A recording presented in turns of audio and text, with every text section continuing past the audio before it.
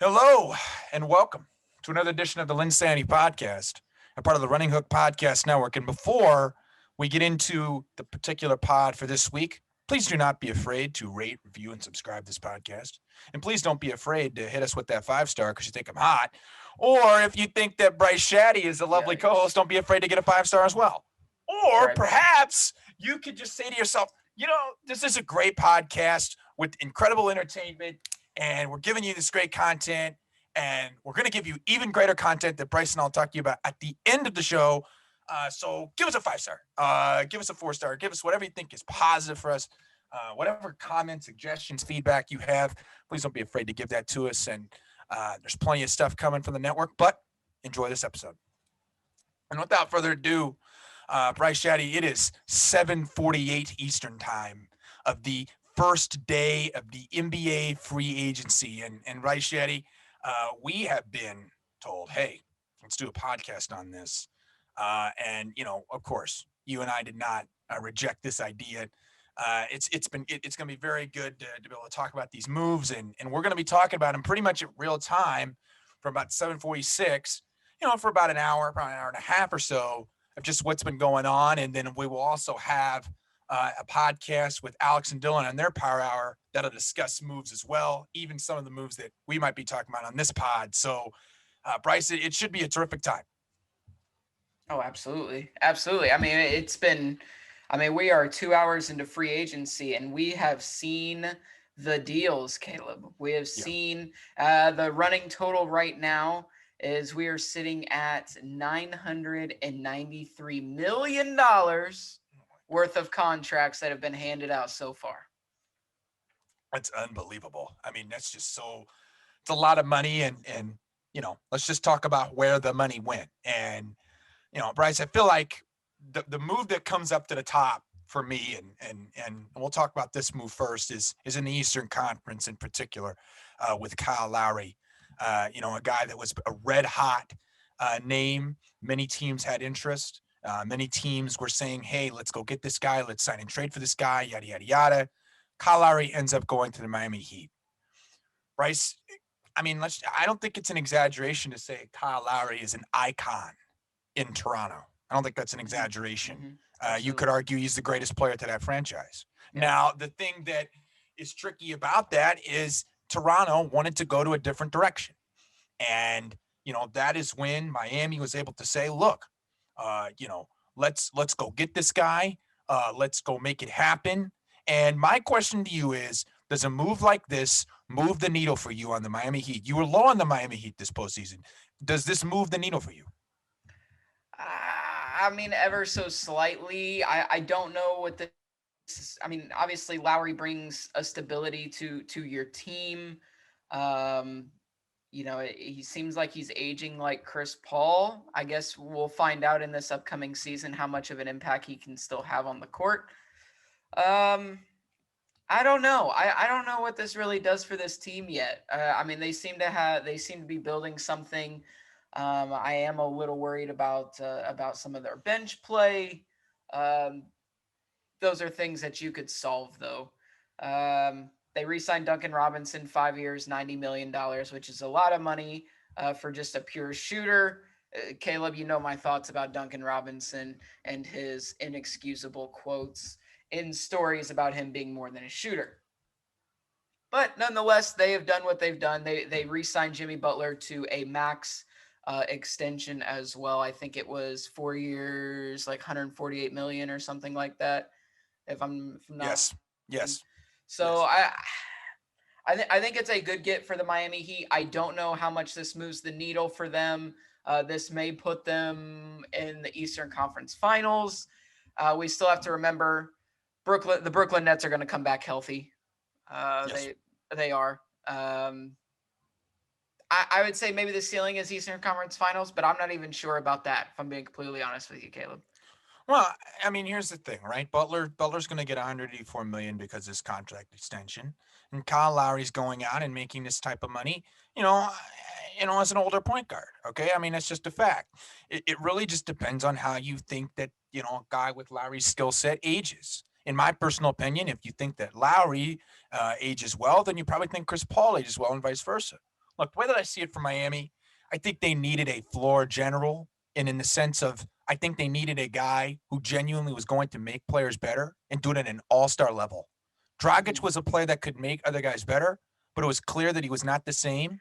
And I think Kyle Lowry gives you this level of elite talent at guard, particularly at point guard, that they haven't had in a very long time, Bryce. Mhm. And by very long time, like as a point guard, like I'm serious. Like what? Tim Hardaway, best point guard they've ever had, best point guard they've had since Tim Hardaway at point guard. I mean, this is a really good addition for them. The way that I see it for Miami is, look, if they can figure out the bench, if they can adjust the bench pieces, I'm very curious to see what they gave up in the sign and trade. But if they said, look, like, say we did the rumored deal, the Dragic and whatever, we make that move, we say this is the right decision for us, yada yada yada. Well, okay, when you still have Kendrick Nunn that you could get back if you wanted him, you could go out and say that Tyler Hero had just a rough year and maybe he gets better the second year. Even though I thought he was awful last year. Or you could say to yourself, Duncan Robinson, he could be legit. We paid him a lot of money. Maybe we use somebody in our mid-level. Miami has plenty of options. But to me, Kyle Lowry is like the perfect complement to what they already had. And he fits what they do. He's a physical defender. He's a guy that just comes out, works hard, does his job, and I think that's going to favor Miami moving forward. I think they could be a top 3 team in the East as long as this team can knock down the bench moves. Okay, Philadelphia is going to really have to get their depth going. They just lost Dwight Howard back to the Lakers. They come out of this, feeling pretty confident for the most part. Maybe I think they should feel good. I agree with you, Bryce. I think Eastern Conference Finals is perfectly reasonable for Miami Heat. It's perfectly reasonable if they do them, if they make the moves effectively. And I think Pat Riley's got something under his belt. I mean, he's just too good at his job, and there's no reason to think that he won't put together a team that fits the bill. Sure. But next up on the list, Bryce, Chris Paul got a fat extension. And I get it. I mean, the Suns were, the Western Conference champions, but my God, that's a lot of money for Chris Paul, a lot. And Mhm. especially given the fact that you're going to look to pay this type of money when he's in his upper 30s. Bryce, Mhm. do you think that this is worth it for them? And do you think that he could sustain his play? Well, I don't think there's a reason not to re-sign Chris Paul. I mean, he's a big part of the reason why you got to the NBA Finals in the first place. And I mean, honestly, the Suns are lucky that he declined his $44 million player option this year. So I mean, they're getting a $14 million discount by signing him to basically $30 million for the next 3 years. That contract will expire when Chris Paul is 40. I think at that point we may see Chris Paul retire. I think that's the expectation. I think that's the way that the deal was set up. But I don't think Phoenix had a choice. I mean, anything that you get, anything that would have been available to you is going to be a downgrade from Chris Paul. Let's be completely honest. It's not like they were going to get a Kyle Lowry. They're not going to get another premier point guard. They're not going to get a Damian Lillard, right? This is the guy. This is the guy that they need to keep. He was a big reason they made the finals again. So I think this makes total sense for Phoenix. They even re-signed Cam Payne to a Yeah, three-year, $19 million contract, which I think yeah. is good value after he performed extremely well in the playoffs, and hopefully he can build on that. Um, but Caleb, where else is Phoenix getting better though? That's kind of Well, my thing. I don't know that you could just run it back. here's the thing with them, right? I mean, they did lose Craig to the Pacers, which That's right, they did. I'm not gonna allow Bryce to go too big on No, a limb on no, that. no, no. And Oh, then we're gonna circle I'm back. not. No, we're not. Yeah, And we we're are. not. And no, we're really not. Oh, And yeah, we the are. other thing with Phoenix that they did was instead of picking with their first round selection, they called Brooklyn and said, "I want Shaman," and they got a trade in for him. And I think Shaman can shoot the lights out of the ball. So they did add some shooting. But they did lose Torrey Craig, a piece that they got this season through basically nothing. And I just look, the way that I see the Suns is I think there's opportunity. I know that I'm trying to do what I can to get a backup 5 in there. I know that. But you I mean you think don't there's like probably Sarge? no. You know how I feel about Sarge. I don't need to You replay mean this in you don't like here. I don't. Kaminsky? No, I don't need to replay. I don't need to replay both. I don't need to replay that. And Kaminsky is hot garbage. Look, the way that I see it when it comes to the Phoenix Suns is they probably need to fix the backup five. Okay, all right, they do. They need to fix the backup five, and I honestly believe that they're probably going to have to look to get some 3-4 help. Maybe a power forward would really help them because of the Torrey Craig situation and him leaving. So I get, you know, I understand it, but I think it'll be a fascinating, uh, you know, process to watch. How does Phoenix look to redeem itself? How do they feel like they can effectively get the team better? I mean, we're only one day in free agency, Bryce. We're here basically talking live for a couple hours, so they got some time. And like you said, I think Payne was a great contract. They didn't pay very much for Cameron Payne. Right. All I know is that I would pay Cameron Payne that much money, and you knew I hated his guts for the postseason because I think he's basically a roller coaster. Right. Okay, and you paid him a lot less money, and I think that's fantastic. He's a player that can come in and do exactly what you need at about $5 million. That's a good move. So if they keep making moves like that, they're in perfect position. Next team for me, Bryce, a team that, in my opinion, has been hot, hot, hot in a lot of rumors, a lot of trades, potential for stars. The Dallas Mavericks.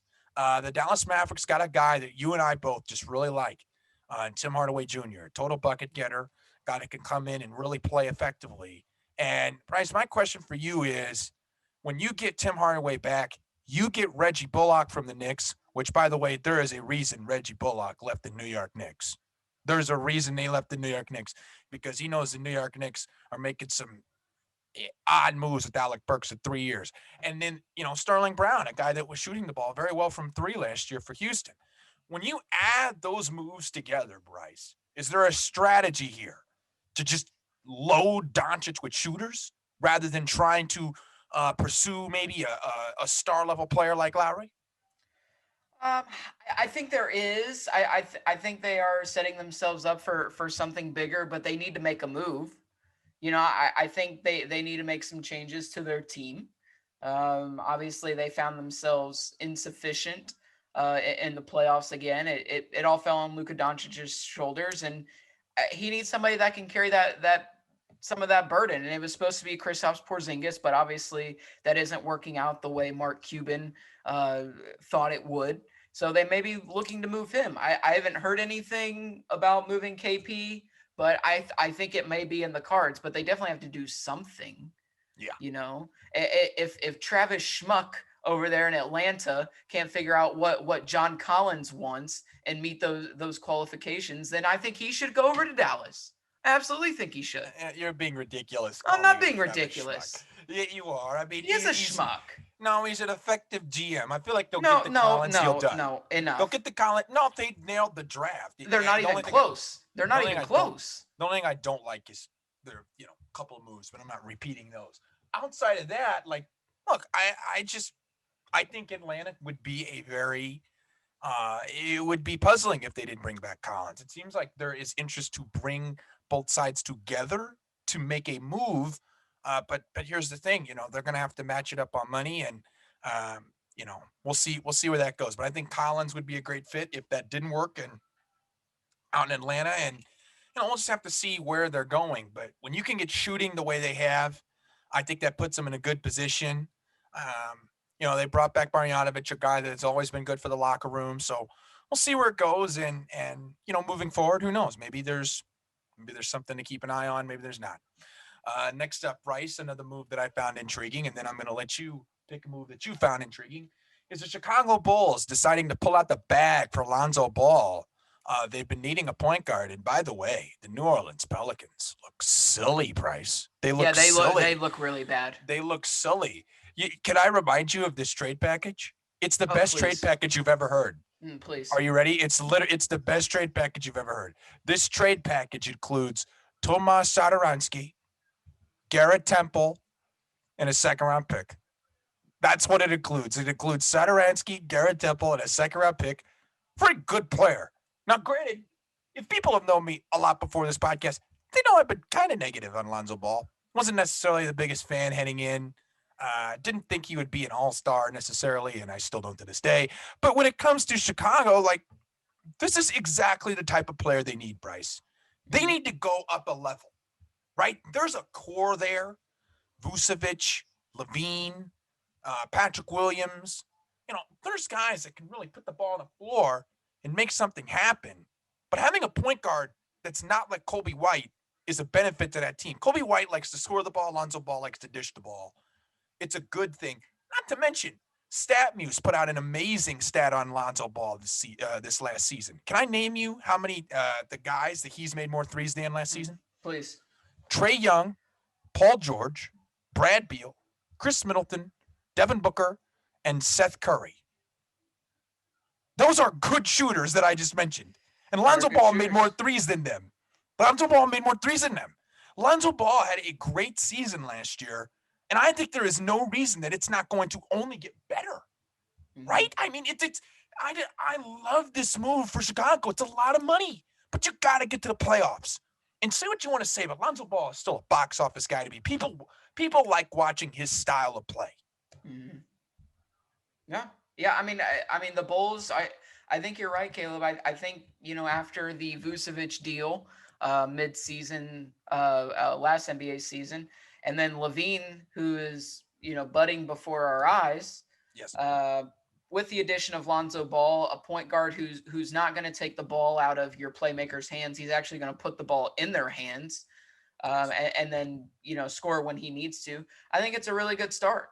I know they're still trying to move off Markkanen, which I understand. I still think the kid can play. I think Markkanen can still be good. I don't know about you, Caleb. I know you're kind of low on him, but I am lower on him. I still think he can play. I mean, Chicago is willing to make the moves to get better. I mean, it's kind of amazing to watch. I think they're definitely a playoff team. We've talked about this, Caleb. They barely missed the play-in last season. I don't think if Lou doesn't go down with COVID. Oh, Caleb, we got a little something in here. We got a new deal. The New York Knicks, Caleb Lynn, have signed Evan Fournier to a 4-year, $78 million deal. Okay, so talk to me with this, okay? The New York Knicks have basically shredded their offseason plans, like, in the paper. This is a joke. This is a joke. This is what the Knicks do, Scott Perry. This is what the Knicks do. Oh. This is what the Knicks do. They say they're all in on a bunch of these stars. DeMar DeRozan was linked to the Knicks. There were other big name guys linked to the Knicks, and this is what they come out with: Evan Fournier, who Boston tried to re-sign, but then the deal went sour. And this is what we get. Evan Fournier just takes the biggest contract he can, in which the New York Knicks are more than happy to give it to him, because that's what the New York Knicks do. It's $19.5 million. They will be stuck in mediocrity forever. And this is why. This is why. This is so bad at the Knicks. It's embarrassing. The only logical reasoning would be and you would have to really make a case, is that they signed Fournier to this big contract and Burks to this bigger contract so they could match up salaries without giving a bunch of young talent. But the fact is, why are you doing this for a guy that doesn't move the needle? Evan Fournier just doesn't move the needle. Not to mention, the New York Knicks have good guards. Emmanuel quickly deserves to play more. Derrick Rose. They have guys that are ready to come in and step up. And by the way, you paid Alec Burks $10 million each season for the next 3 years. And RJ Barrett is a star potential. Bryce, I am talking 4 or 5 guards already. And you sign Evan Fournier. I just don't understand what the Knicks are doing. So with Fournier, there is a team option on the 4th year. So worst case scenario, you get 3 years of Fournier. No, yep, yeah. I get 3 years of 18 points a game, probably declining over the next 3. Look, the way that I see it with the Knicks is this just doesn't make sense to me. They're a better team than where they're allocating their money. They are a better team. Nerlens Noel's a good player. I can kind of get convinced on signing him to a 3-year deal, but I can't really get convinced that Evan Fournier for $78 million is the right decision.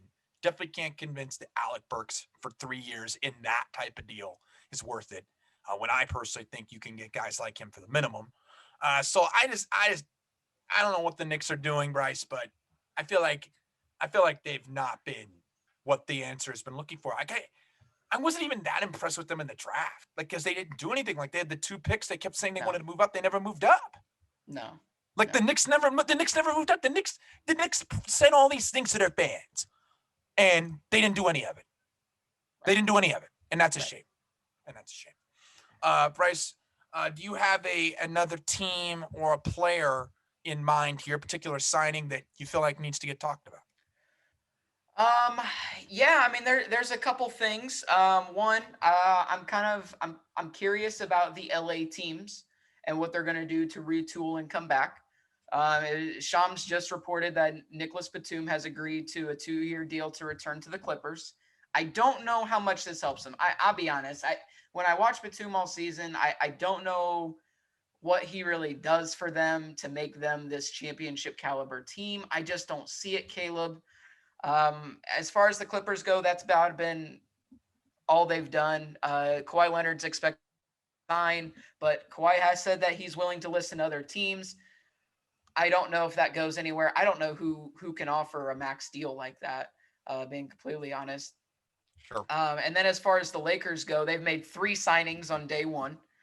They've signed the laundry detergent that is Trevor Ariza.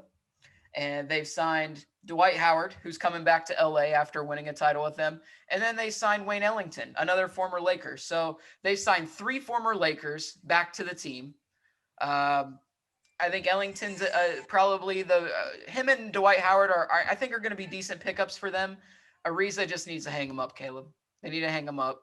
I don't know. I like Howard and Ellington.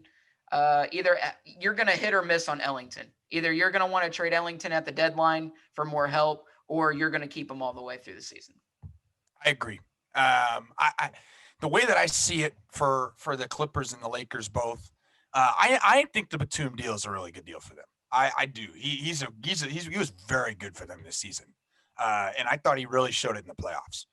They played him at the 4, they played him at the 5, 40% 3-point shooter this year. He was big for them in the playoffs when it mattered. I was very skeptical, but he absolutely did what they needed him to do.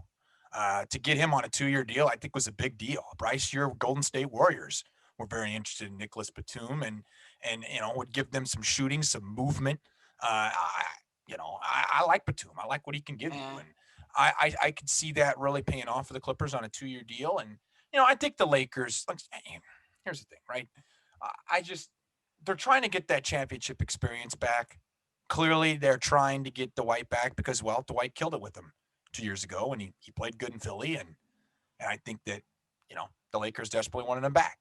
I think they tried to get Trevor Ariza to get some wing depth, and I agree with you on Ellington that I think the 3 ball is legit, but if it doesn't work out, I feel like there could be some other avenues for them. So the way that I see it with the LA teams, they're going to be fascinating stories, like they always are, and they're probably going to get some free agents that we sit there and we're like, wow, they probably could have gotten more money, and guess what? They did, because they decided they wanted to go to the LA teams. So there's no question to me that there's a strategy there, and there's going to be some guys that I think will potentially look there, and however that looks, I think the Lakers should be quite happy with what they're going to do if they come out of this, okay, and they say, all right, we're going to fill in the blanks and we're going to get these veteran leadership type of players. There's no reason that they can't get back to where they once were. I just think you have to get some shooting. Ellington's just the start, right? You got to get some more shooting. That's they lost KCP. Caleb, we got Derrick Rose returning to the Knicks on a 3-year, $43 million deal. I'm not going to get too big onto the Knicks. He balled out. Okay, but Caleb, Can we talk about some losers? Can we talk about Well, some losers as some okay, free agency? okay, sure, but don't get too deep into the Knicks though. We talked about the Knicks a little I'm, earlier. I'm, I'm not. I'm not talking about the Okay, Knicks. okay, I'm not. all I'm right, go. avoiding the Knicks on this. Okay, Okay. go.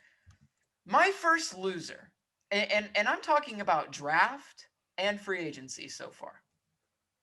The San Antonio Spurs. Okay. The San Antonio Spurs are big losers in my book. Here's why. Okay, let's go back to last Thursday evening, Caleb, the NBA draft. The Spurs have the 12th pick, and they come out of nowhere and they draft Joshua Primo, a shooter, out of Yes, Alabama. Okay, yes.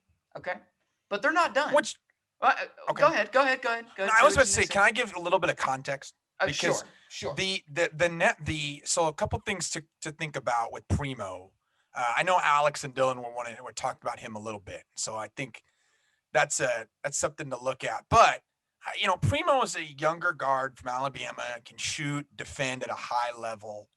Oates kind of used him sporadically, started, went to the bench, inconsistent role because they had so many shooters. But the fact that he got picked very high, a little bit confusing. But take it away, Bryce. It's very confusing.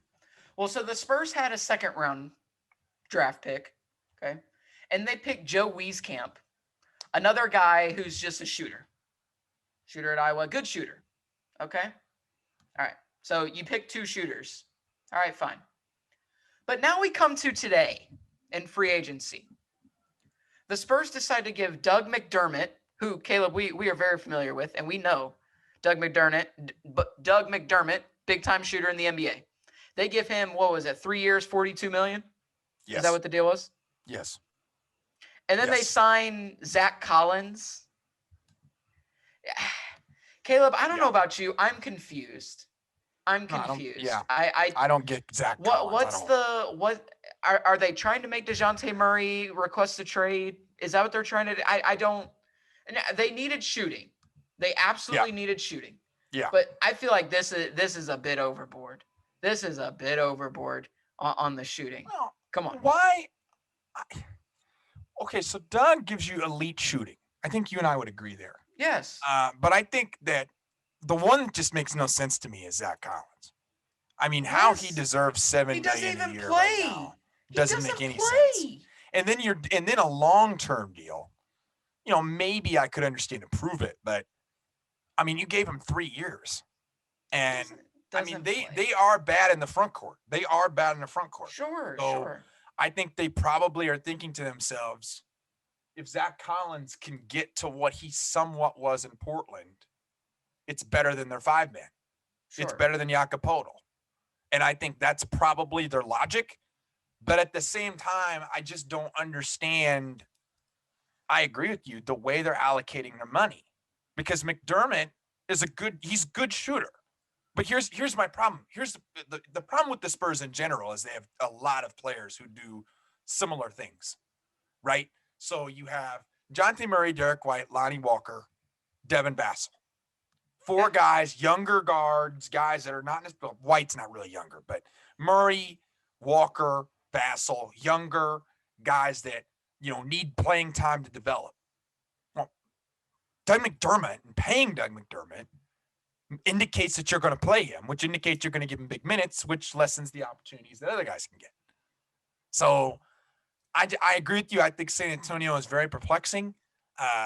Unless they make some, which I do think it's possible they could make some trades.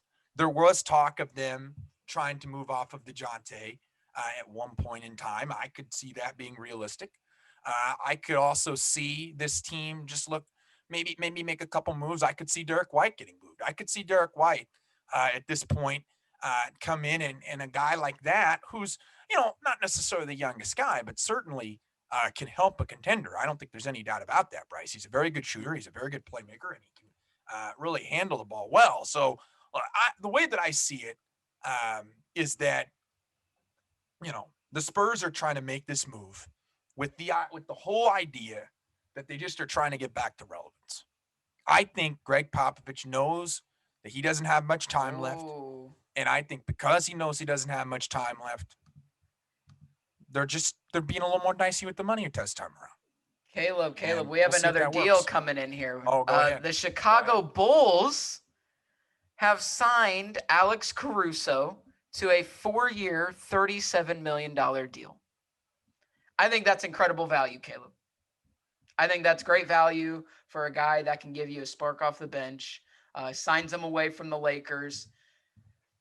I don't know, Caleb. I feel like this kind of hurts the Lakers bench just ever so slightly. Well, Caleb, you know, how do you it's really interesting feel? How because do you feel about this? it's interesting because you don't make the move unless your starting player doesn't play, your best player doesn't play defense.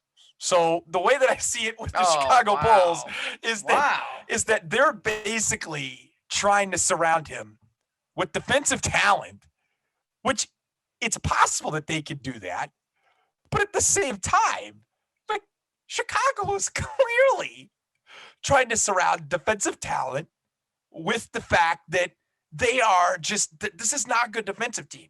And Billy Donovan and the Bulls front office is completely panicking by signing guys who are defensive first.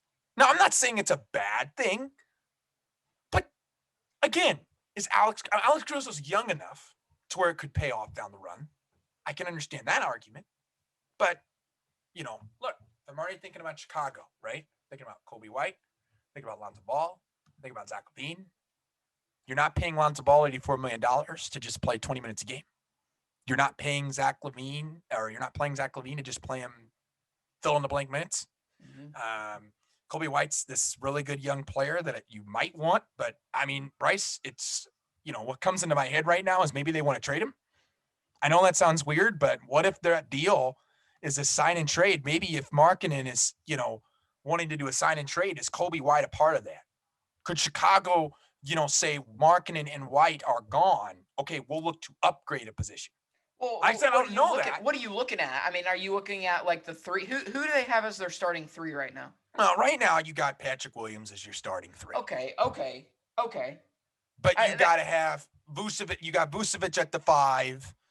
You know, you got Thaddeus Young. Oh, well, I've heard Young is on the block. I heard Young's on the block. Well, look, I mean, maybe, but Chicago's got to do something, man. Chicago's got to do something to get this team into the playoffs. And if Caruso, I think they're already in there. I think they're already in the playoffs. You think Caruso gets them in the playoffs? I don't think it's Caruso. A piece like that, yes. I think so. Okay. I think so. Look. All right. Well, the way I see it, you know, let's just see where it all turns out. And you know, they should feel good. Chicago should feel good. But there's probably going to be a couple more moves made, and we'll just have to keep our eye on. Oh, and you know, we'll keep you updated. Well, as long as we're doing this podcast right now. So. Oh, absolutely. Yeah, absolutely. Right. And Bryce, I'll be nice. Okay, this is my present to you. I'll let you talk about your team's moves because I know you're happy about your team. I am. You're happy about TJ McConnell. I know you're happy about Torrey Craig. I am. I don't want to jack up your party. So what do you think about TJ McConnell and Torrey Craig coming back to the Pacers? Which I want to say something for context real quick before you get into it. Oh, please. Zach and Bryce have basically haunted down the Pacers front office for at least 4 months, begging for Torrey Craig to go to the Pacers. Oh, yeah. I really want to know if they listen to this podcast at some point, because I didn't hear much Torrey Craig to the Pacers smoke outside of this podcast. Yeah. So I think Bryce and Zach should be credited for their recruiting of Torrey Craig. Yeah, baby. They should be getting some sort of deal for this. Dude, Pritchard, if you're listening, we would like 2 gold. Okay, don't cheap out. We want gold Torrey Craig unis. That's what we want. We want them. Send them to Paul Mitchell, the school, Indianapolis. That is our place of business. Please send them there. Caleb, we re-signed McConnell, our spark off the bench. Okay, we traded away Aaron Holiday, so we needed a backup point guard. And this absolutely solidifies we actually have a backup point guard. We don't play 2 point guards anymore. We have 3 point guards, and we try to play all 3. It really didn't work out, in my opinion. So I think this is a great move for the Pacers. We signed the guy that's proven, that a defensive maestro, and can score when he needs to. And then we get Torrey Craig, who we heard, you're right, Caleb, we heard absolutely nothing about. We just see Woj tweet out 2 years, $10 million. Caleb, I don't know about you. I know you love value. I know you love value, and that's like really good value, Caleb. That's really good. And now, Caleb, you did try to throw wet towel on our fire party, and you said that we are now right at the luxury cap. And you're right, the Pacers probably aren't done. So I'm very curious to see who we move off of. The reports say it's Lamb. There were reports of Brogdon, but that was more so in the realm of Alonzo Ball sign-in trade with Brogdon, which obviously is dead now. Alonzo Ball is going to the Chicago Bulls. I'd be interested. I hope we just don't trade Lamb for like a second-round pick, and that's it. And like some dud that's somebody stashed on their bench. Like, I really hope we make a move for somebody that's on a cheaper contract that can actually help us this year. I don't know who that would be. I haven't done my research on that, being completely honest with you. But make it fun for us. Make it fun. Yeah. Let's do it. But I like where we're headed right now, Caleb. I'm really enjoying it. We've talked about Dinwiddie. We've talked about De'Aaron Fox. What's your problem with Dinwiddie? What's your problem with Dinwiddie, huh? You're getting a little too cute. What's your problem with Dinwiddie? You are. You're getting a little too cute. What's your problem with Dinwiddie? You are. You're Go not. ahead. You're not. What's your problem? You are. You're on a high right now. What's wrong with Dinwiddie? It's my job as a co-host to keep you in check, just like I do with Carson Wentz. I keep you in check, and I have to do it again. Because the fact is, you need to understand that you made 2 good moves, okay? But you gotta understand, you're gonna have to be realistic with your package. No. And to be honest, I don't think Spencer Dinwiddie is better than Malcolm Brogdon. I don't think he's even close to better than Malcolm Brogdon. So I think the Pacers to me would be better off with Brogdon. And look, if I'm the Pacers, okay, I am trying to engage the market. I am curious to see what the market is for Jeremy Lamb, a guy that, I think, would be needed by some teams, a guy who can shoot, a guy who can play some defense. The Pacers just have a lot of guys like that. So moving forward, just from what I'm seeing, Bryce, I think there's a lot of action for the Pacers to be had. The draft was good for them, Bryce. Absolutely. I like what they did in the draft. Absolutely. Jackson was very good. Duarte is a guy that can help play right now. I think that's very Rick Carlisle to go pick a guy like that who's more experienced rather than a guy with potential, because it really hasn't worked out outside of Doncic when Dallas picks guys that have typically only played like 1 year. That's not a very Dallas-like thing to do, and it wasn't a Dallas thing when Carlisle was there. And then now seeing Indiana is like, hey, we're going to pick up the Carlisle strategy, getting some guys that are more experienced, been around more, and I think that'll be more effective moving forward. But next up for the list, Bryce, I got some more teams in mind here, but I'd like for you to take it away here on a couple more. The Pacers, obviously a team that you really like, but is there a team that you said to yourself, I'm surprised they haven't made enough moves, or I'm curious of the direction that they're going in? And while you're thinking that, I'll give you some time. I am a little bit intrigued at how Houston approaches free agency, because I think if you draft as many players as you have, you can't just have a bunch of young players around and then expect them to benefit. You have to get veteran players. You're going to have to get players, in my opinion, that aren't just guys you sit on the bench, but guys that you're actually going to have to play and give them legit veteran minutes. Like, Bryce, it really wouldn't shock me, okay, if Houston just kind of goes out and gets this decent veteran and says, look, hey, we'll pay you, a good amount of money for like a couple seasons just to help mentor guys. Do I think that Thaddeus Young might be an interesting Rocket? Yeah, kind of. Yeah, I think Thaddeus Young would be an interesting Houston Rocket if they were really wanting to move off of him. There's some pieces around Chicago, like especially that. I think that would be really good for them. I thought their draft was really good, but how they line up in free agency is interesting. Do you have some others that you like? or don't like? Sorry. I'm kind of curious about Denver.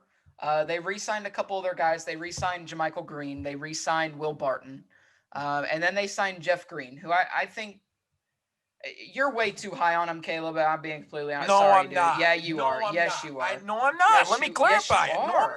not. No, I'm not. I said he's Yes, a you good are. role player. I didn't say anything more than that. I don't Good see role where player. he fits in this rotation. I don't get it. Here's the thing That's fair. about That's fair. this is my thing about Denver. They have so many I think you can have too many role players, and I think they have too many. Okay. Wow. Paul Millsap is not getting any younger. He's okay. free Will Barton is legit. Yeah, you're right. Paul Millsap is a free agent. But there's a good point there. Jeff Green is not getting any younger. Okay. JaMychal Green needs to step the heck up and quick. On. And quick. Come on. Okay. Come on. He's a good player. Come on. Why are you hating on him? Sure. He's a good player, but come on, man. Oh, come on. I think Denver's getting a little too cute. I really think they need the Aaron Gordon thing is cute. You know how I feel about that. No, I think you're ridiculous. They need a third legitimate guy. And when I mean legitimate, I mean all-star. All-star. Okay. All right. Well, that's fine, but how how are are they they going to be get awesome it? there? Well, and that's the thing. Well, they need to quit signing all these role players that they think are worth more than what they are. Okay. Okay. Well, what's the package? Could you imagine a DeMar DeRozan in Denver?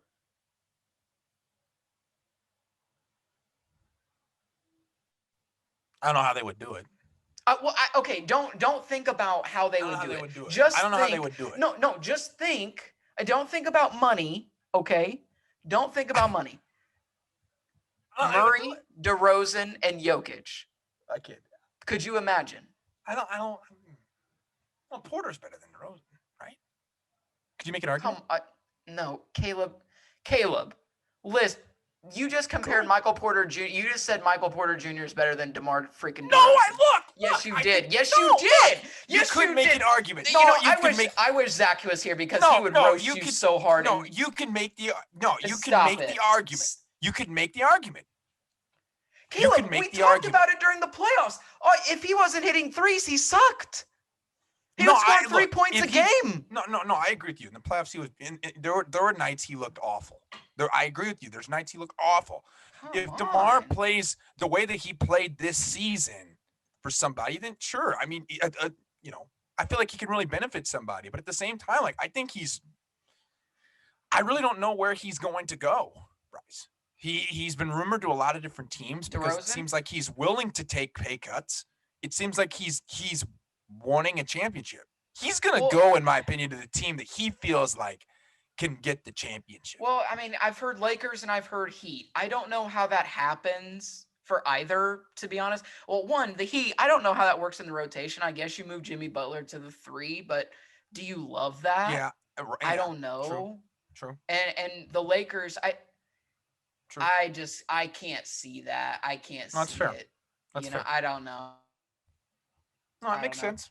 I mean, I think the Lakers it's a very probably intriguing. need shooting. Yeah, the Lakers need shooting. I mean, here's where I would love them to go.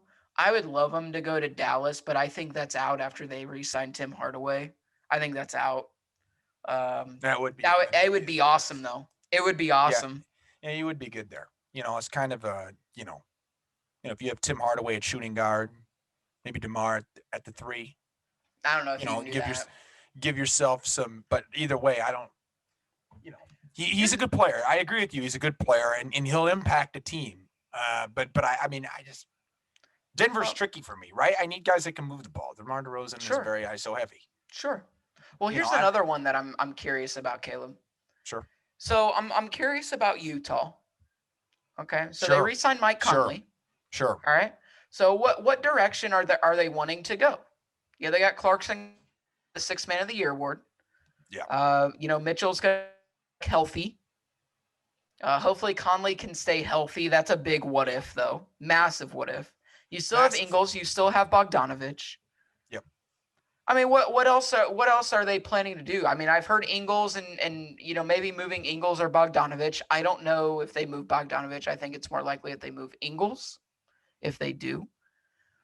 I don't know, Caleb. I mean, what do you think? I mean, No, should they add any? I feel like they need to add something. Well, they have to. The problem is they have to get off contracts, right? Yeah. I mean, when you sign two white guys that do the same thing, nearly the same thing. No, come on. Ingles gives you much better playmaking than Bogdanovich. Sure. Okay, fine. The way that I see it when you got this situation is I agree with you. You probably got to move off Ingles. I like Ingles more than Bogdanovich, but it's probably the more logical move. I like what Ingles can bring to somebody. The way that I see it, man, I think that it'll be interesting to kind of see, if you're the Jazz, are you looking to get younger? Are you looking to get some guys that can have a little more upside to them rather than like stability, really good role players? Mm-hmm. There's a lot of questions there. The Jazz really have been quiet since the Conley move. I think they'll probably get some veteran minimums, but we'll have to see kind of where things line up. I agree with you, Bryce, that's a team that's got a lot of intrigue when it's all said and done. And I got something for you, Bryce, that I think you're going to like. Okay. JaVale McGee to the Phoenix Suns as their backup 5-man. Is that a done deal? That's a yes, 1 year, $5 million deal. Oh, you got off Sarge, man. The producer of the Running Hook Podcast Network said, "Hey, you're gonna want to know this because I do want to know this." So I'm not gonna go too deep into it, but they did fix their backup 5 position. Yeah, baby, you love to see it. I think that really does solve that issue. I mean, imagine seeing JaVale McGee instead of Dario Saric, and after he went down, Frank Kaminsky come in. So I think that's a big move. That's a big move. Yeah. Caleb. Yes. I have another loser. Oh. I have a loser, and again, it's draft night leading into free agency. Oh, I can feel it in my bones. I can feel the team you're going to say. Would you like to take a guess at it? No, I don't. No, I don't. Okay. I want the viewers to know this. The Sacramento Kings. We draft De'Aaron Fox. Awesome. He's awesome. Guess what? We need another point guard to go along with him. Tyrese Halliburton, come on down. Great. But Caleb, you know what would make it even better? Sure. A third point guard. A third. Davion Mitchell. Come on down. We've already we strike out with big guys. We can't. Does the Mo Harkless signing not do it for you? We'll get to that, Caleb. So you've blown it with Marvin Bagley. You need to move off of him. You can't re-sign Rashawn Holmes for whatever reason. You can't get the deal done. So what do you do as your backup plans? Mo Harkless, baby. Mo freaking Harkless. There's one other guy though. There's one other guy that they've signed. Yes, go ahead. Alex Len. Yes, as our other safety valve, Alex Len. Alex freaking Caleb. They are trying to make De'Aaron Fox force a trade. They're trying. I agree. And you know what? At this point, I hope Rashawn Holmes walks. I hope he walks. I think he will. I don't know where he goes. I don't know. Again, I don't know what major player can fork out the money for him. Caleb, you know it'd be awesome. Who? Pacers, baby. No, stop it. Yeah, baby. No, it wouldn't happen. It would never happen. Because we're set. You're set and you have too much money. You're being ridiculous. We're set. Now that was ridiculous. Yes, I agree. It would. The Hornets were the hot team for a while. Yeah, but they got Plumlee. That I find to be. They got Plumlee, and then they got Kai Jones, I believe. And if they think that Plumlee's the guy, well, good for them. But I think there's a lot of potential. That was another thing. That was another thing, Caleb. Detroit trades Plumlee. Now let's talk about Detroit. To sign Kelly Olynyk. I mean, they got Kate Cunningham. Okay, that's good. Yeah. But I just don't understand the idea of we're trading Plumlee to sign Olynyk, and we paid Olynyk enough money to where, Bryce, if I'm looking at it from the outside and I see what you just paid Kelly Olynyk, would that indicate to me that Kelly Olynyk is starting? I think so. So he's starting over Isaiah Stewart? He shouldn't be starting over Isaiah Stewart, Bryce. He's not going to get any better. And I get it. He's not going to. Isaiah Stewart's not going to get. He's going to need starting level minutes, just like any young big guy in the NBA. You have to give him starting level minutes.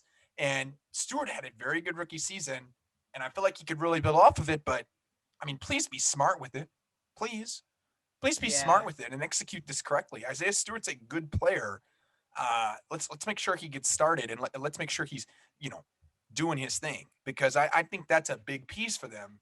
Plumlee, I agree with you. I thought it was a good move for Charlotte, but for Detroit and to just go right back and sign Kelly, it just didn't do a lot for me. It wasn't my cup of tea. For Sacramento, I'll speak on them a bit here.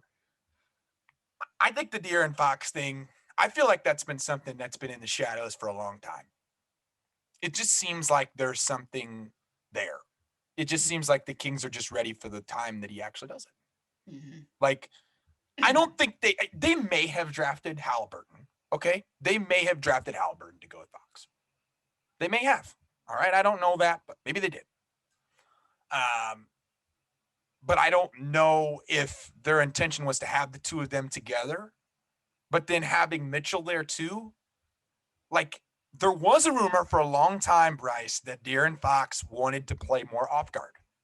I don't know if you remember that, but there was a lot of heat on that. So then a lot of people believe that a huge reason for Davion Mitchell coming in was that he was the point guard, the guy that's going to come in, set the energy. Maybe De'Aaron Fox at the 2, maybe some Halliburton at the 3, as Dylan Hughes mentioned on his podcast with Alex Burr. And I kind of don't hate it. But at the same time, I think you have to get some more size. You have to get some more perimeter size. Your team is just too small. And that's a concern for me if I'm the Kings. Sure. The Kings, in my opinion, I should see a very different looking Kings team. But you're not. Signing back Mo Harkless, Alex Len, just doesn't do it for me. It doesn't, like, they should be able to mix and match different players, and that shouldn't be too big of an issue moving forward. And I look, we'll see if they can. I honestly thought that if they nailed this free agency right, they might be a play-in team. But no. The last 2 moves they made have totally missed it for me. Yeah, I don't understand where they're going with that, Caleb. Yeah. I got a couple more. Okay. That I think are interesting. Yeah. One, the fact that Bobby Portis took a massive discount instead of getting the bag to run it back with Milwaukee is a big deal for Milwaukee. But I also think it's kind of now Portis, he gave himself a second-year option. Yes, he did. Okay, so if things don't go well, he feels it fading, he can opt out and go get the bag next year, which I think he will more than likely move away from Milwaukee unless Milwaukee has opened up a lot more money, which is possible, but I don't think so because, I mean, you got to pay Giannis, you pay Middleton, you pay Holiday. That's going to be a bulk of your money right there. Absolutely. So I think Portis, I think it's interesting. I think he should have signed somewhere else this year and gotten paid. I don't know what it's going to look like for Milwaukee next year. They're going to be a force to be reckoned with, but I don't know that they're going to have a repeat of this year. Yeah, so I thought that was interesting. Portis is a guy that, when you look at what he brought to the table for them, they wouldn't have won the championship without him. But I agree with you. I'm very shocked he didn't take the money. I was very shocked. Well, I mean, because there was a report out there that he was seeking $15+ million. And I mean, he signs for 2 years, $9 million. So he's making $4.5 million this year. Like, why not go to Dallas? Dallas offered you. Why not go to Dallas? The playing time's clear. Why not go to Dallas? Right. Yeah, exactly. Because I'm telling you right now, the Dallas Mavericks probably won't bail on you in a clutch game.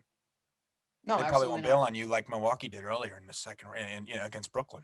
Look, he's got a title. I'm just saying though. I know you're just saying. It's just you don't even know if they could. You don't even know if they can commit to you. In big games down the line. I get it. I get it. You don't even know it. Okay, give me your other team, Bryce. We'll wrap up. Well, my other one was Gary Trent Jr. getting the bag. Oh dear. And rightfully so. That kid is a baller, Caleb. I don't know why you're so low on him. It's embarrassing that you're not jumping on the Gary Trent Jr. train. No, I'm not low. I have a Yes, you are. It's a lot of money though. He's getting It's 18 a lot of a money. year. You're It's telling a me lot you of wouldn't money. pay 18 mil a year? It's a lot of money for just a Gary good stretch of basketball. Oh my gosh. Like No, you're they're gonna embarrassing. need. No, they're not. They're gonna need some more consistency. I want to see the role that they have for him. Are they He's gonna be expecting him to be the fine. starting shoe guard? That's a legitimate Yes. question. Yes, Van I Vliet's going to just be at the 1 because they're going to cut so you're just Dragic. not going to play a top 5 pick. You're just not going to play Scotty Barnes. You're just not going to play him. They'll put him at the 3. They'll move OG to the 4. Siakam to the 5. Forgot about that. Oh, come on, Bryce. There's a question in how I'm managing this asset. Trent's a good player. I'm not saying he's not. My issue is Bring Scotty Barnes off the bench. Well, we'll see. Look, I think Barnes is very good.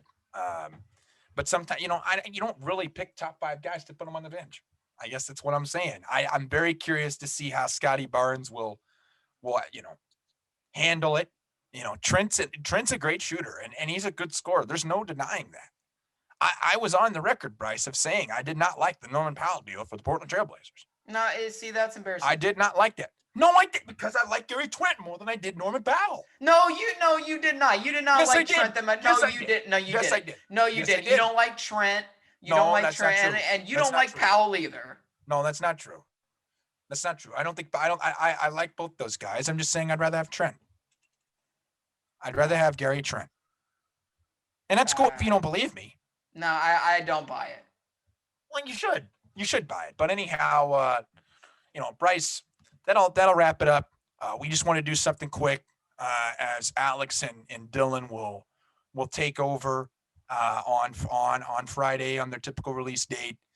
Bryce Shadday, good sir, man. This was a fun NBA season, but yeah, whirlwind, man.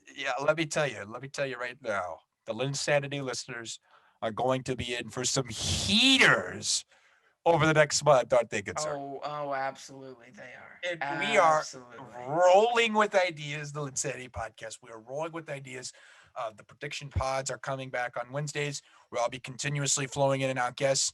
But Bryce, on Mondays, we are hitting the previews hard. Yeah, we are. have brought in multiple guests from the network. All the guests are excited. All the guests are looking forward to it. I'm not going to mention you guests, but one of the guests that's coming on for next week, I'll do this. Let's preview this. The guest that's coming on next week just released a book. He just released a book. I'm not going to reveal the name to you because you're going to have to guess it and you're going to have to think about it. But he's a good guy. He just released his awesome book and he co-hosts it. I mentioned his name multiple times on this podcast. And, look, Bryce, I think this is going to be a great start for what we're trying to do. We're looking to bring in some creativity with the NFL. We're looking to bring in some different segments. We're obviously going to still bring our Get the Sack segment. There's no question about that. Oh, absolutely. We'll continue to bring in different segments as well. You and I have been working on some ideas, continuing to work on some ideas. It should be an incredible and a great time to just be able to come in, talk some NFL, bring on the guests that we're bringing in. I'm very excited. I'm beyond excited for the new NFL season, Caleb. We're going to have so much fun. We're going to have a lot of guests, new segments. We're going to rip teams. We're going to praise teams. I'm going to continue to get a room with my Colts, and I don't care. No, you better get a room with Brett Hundley. And without further ado, continue to check all of the podcasts that we have from Alex and Dylan, Basketball Power Hour, to Zach, Circle City Cinema, to Triple Option, who's been releasing podcasts, and they're looking to release a Big Ten and MAC conference podcast. There's plenty coming on this network. We're very excited about the direction right now. And once again, thank you for listening to the LynnSanity podcast.